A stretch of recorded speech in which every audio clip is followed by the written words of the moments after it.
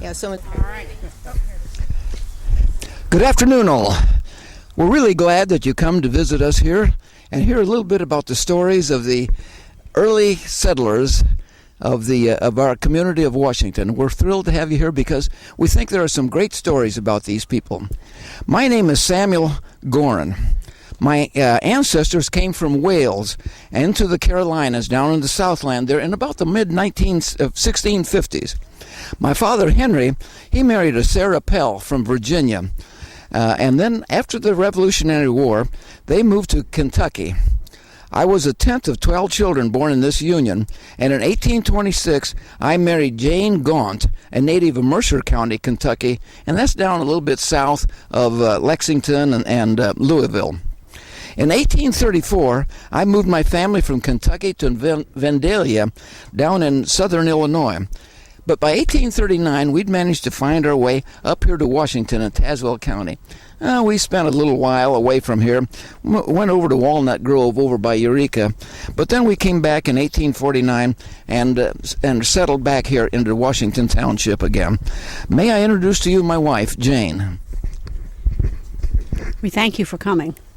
Prior to 1818, when Illinois became a part of this United States of America, most of the inhabitants were south of a line drawn from St. Louis eastward.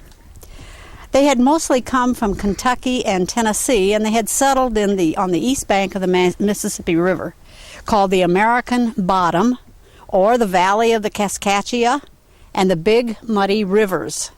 The men were hunters and simply wanted a place for a little patch of ground where they could grow what they needed, and they weren't interested in selling anything. They weren't interested in buying anything. They just wanted a place to call home where they could make a living. As the population grew, the second generation, however, began to push northward. During the 1820s and the 1830s, these individuals came in contact with an entirely different group of people. These new people had come from the east, from the New England states, and they saw this timber as a great treasure to be exploited, and so they were coming in to get the land, and they used the government homesteading acts to buy hundreds and hundreds of acres of land, whether they had the money or not. I wonder if that still happens today. Do we borrow money?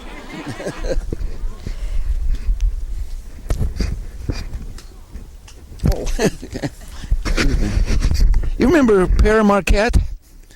Well, he was with one of the first boatloads of white people, to see the waters around Illinois. He surprised us with his enthusiastic picture of this wilderness. And he saw, and I like to quote him here, he saw a terrestrial paradise in which earth, air, and water gathered together along with unbidden by labor contributed the most copious supplies for the sustenance of life. And he follows this with a real vivid description of the trees and the shrubs and the grasses and the woods, everything that was needed to sustain life.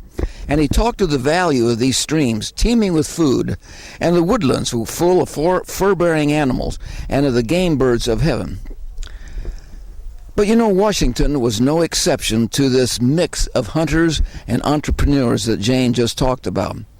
The two groups irritated each other and were opposed to each other in a good many respects.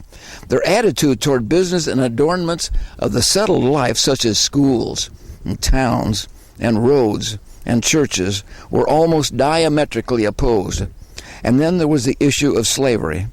I wonder if men will always disagree about things as long as there are men to disagree with each other.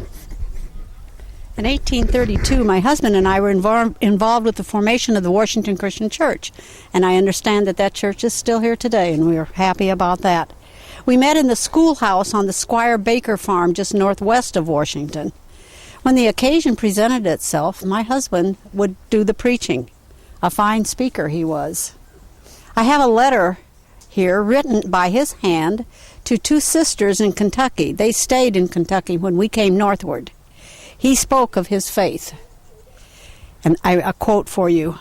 "We have some very intelligent proclaimers in this part of the state who are doing much good. The brethren who occasionally preach for us are Elder Dr. Young of Pennsylvania, Elder Palmer, Elder Lindsley, Elder Davenport, and Elder Richard McCorkle, who is a brother of Samuel. We have a church in Washington to which I have attached myself. The Walnut Grove is about 6 miles from town, in which is a very interesting church. This is a church in which my farm is situated. They meet regularly on the first day of the week to break the bread and to speak the word. I sincerely hope that you may realize all of the blessings consequent upon the saving knowledge of our Savior, and that you may live not only like sisters in the flesh, but like sisters in the faith of the gospel. Religion, pure religion, soothes our aching hearts and quells our troubled fears.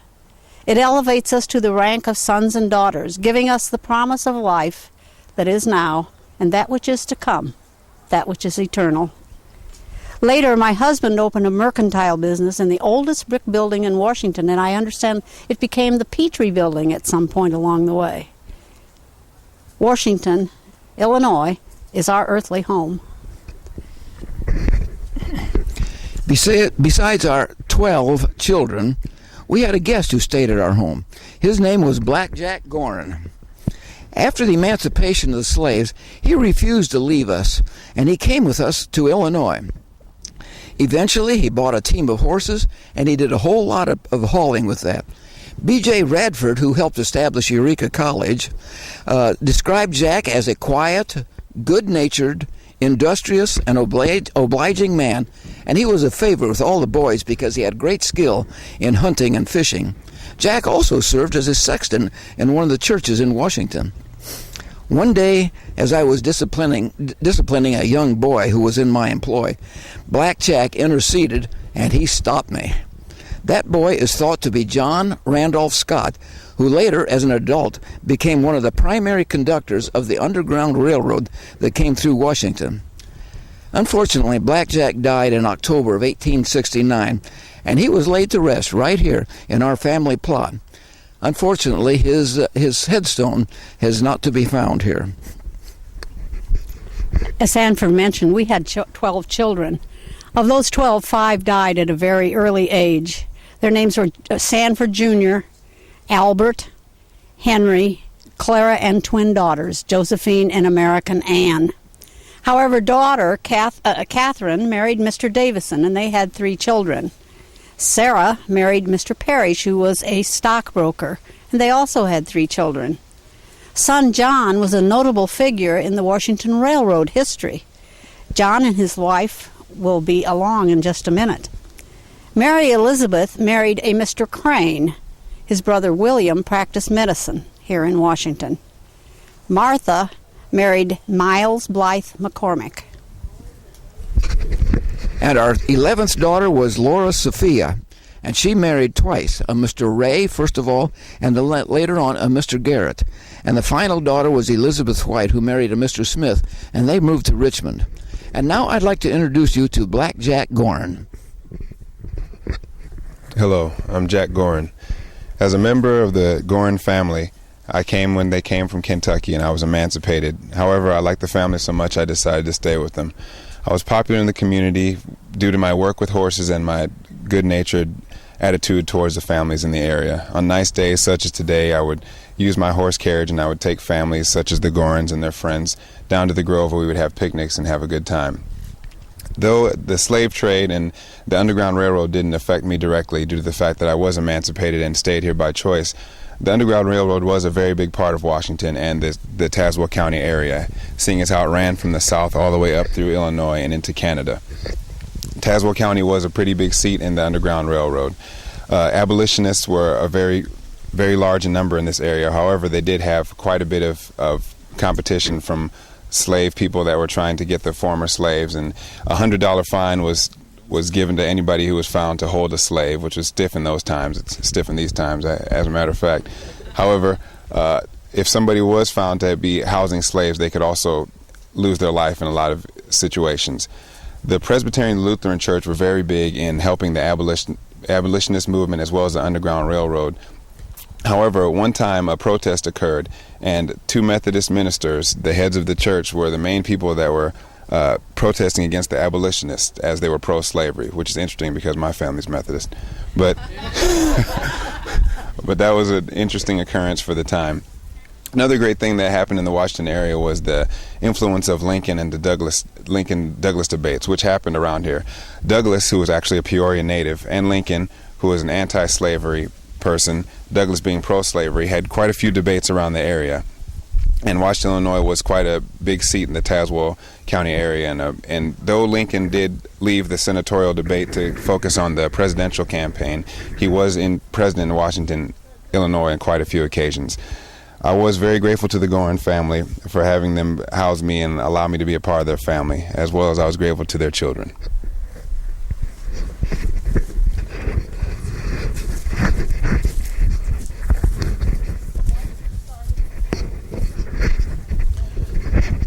John G. Gorin, eldest son of Sanford Pell and Jane H. Gaunt, born in Vandalia in 1835.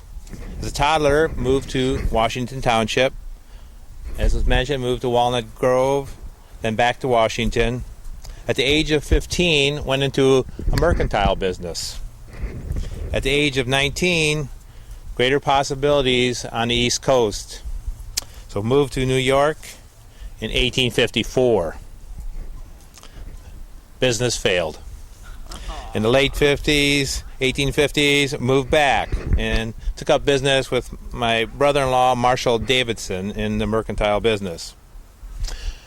Age 23, on Monday, March 8th, 1858, I married Julia E. Wood.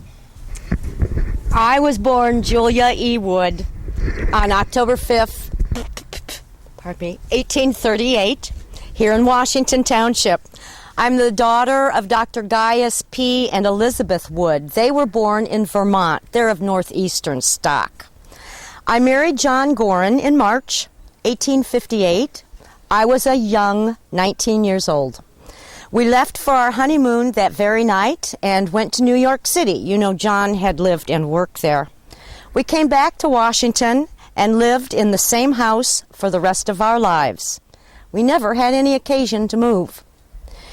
You can still see the house. It's standing at 116 North Elm Street on the corner of Jefferson and Elm, the northwest corner, and it will be on our Christmas tour of homes December the 11th. About 1860, I was taking my business books to Daniel Miles, an agent at the Washington T.P.&W. Railroad Station. I needed to get them straightened out. Gradually, I fell into agent work at the railroad myself. I was later that year appointed as an agent.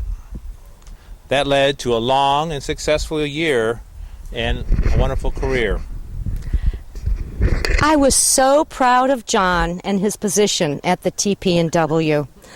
By the time John died, he would hold the distinction of being the oldest station agent in the state, as well as the longest in the service, ending a career of 47 years. He never missed a payroll. In the local newspapers, various stories can be found of John. In 1876, burglars blew the door right off the safe. Didn't get a thing.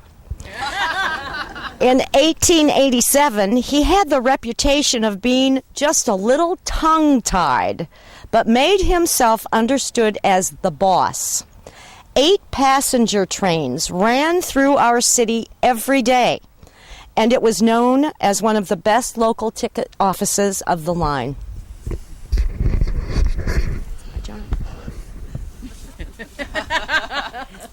Washington Depot was a training ground for railroad workers. I produced competent railroad men.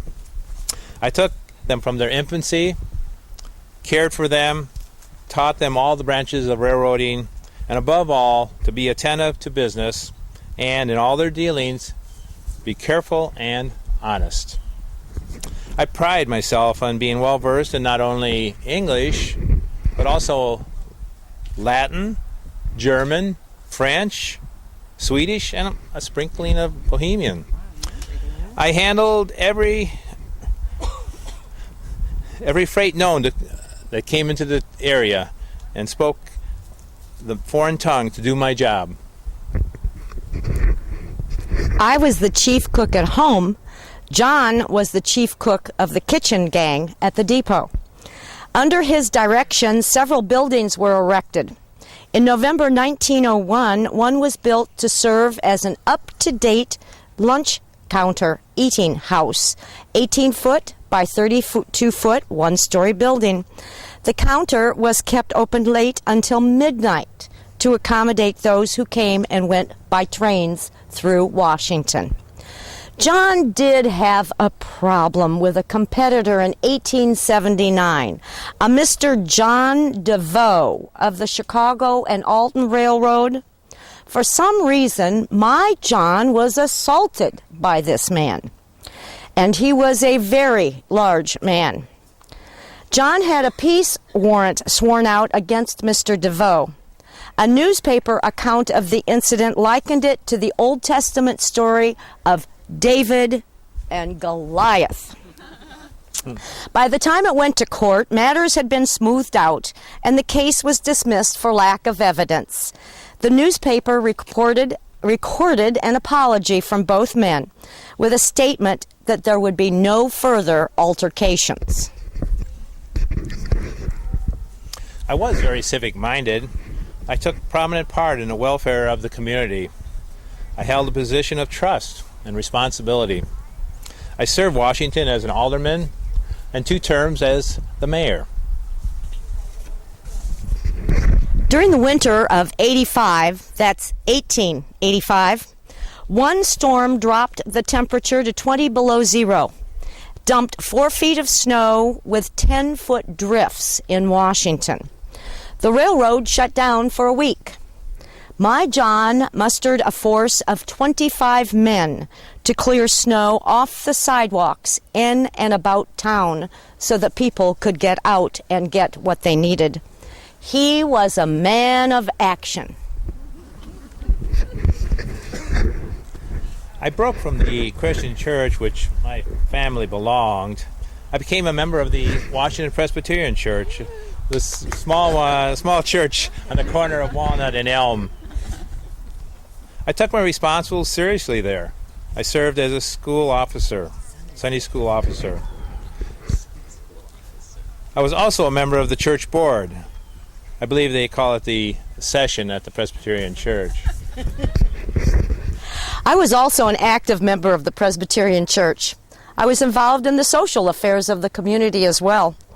I was a devoted wife and mother, and it was said of me, my kindly life endeared me to a wide circle of friends. John and I had 5 children. Josephine, Josie, married Dr. John Anthony. Elizabeth and Ellen, Lizzie and Nellie, never married. Then came along the boy, Harry. He married Mariette Allen and followed his father as the agent of the TP&W. Our baby boy, Gladden, grew up, moved to Chicago, and also worked for a railroad, the Wabash. I died on June 13th, 1908. I was 73 years old. I was said to rest here in the Glendale Cemetery, the other section, with Masonic honors. If you would like to see a copy of my last will and testament, it's on file at the Zinser House. When John died in 1908, he left his entire will to me. That was after any bills were paid. Real estate valued at $8,000, personal property estimated at $400 of worth. I died 8 years later at the age of 78 in 1916 and am buried next to my dear husband over in the other part of the cemetery. Thank you for listening to our story.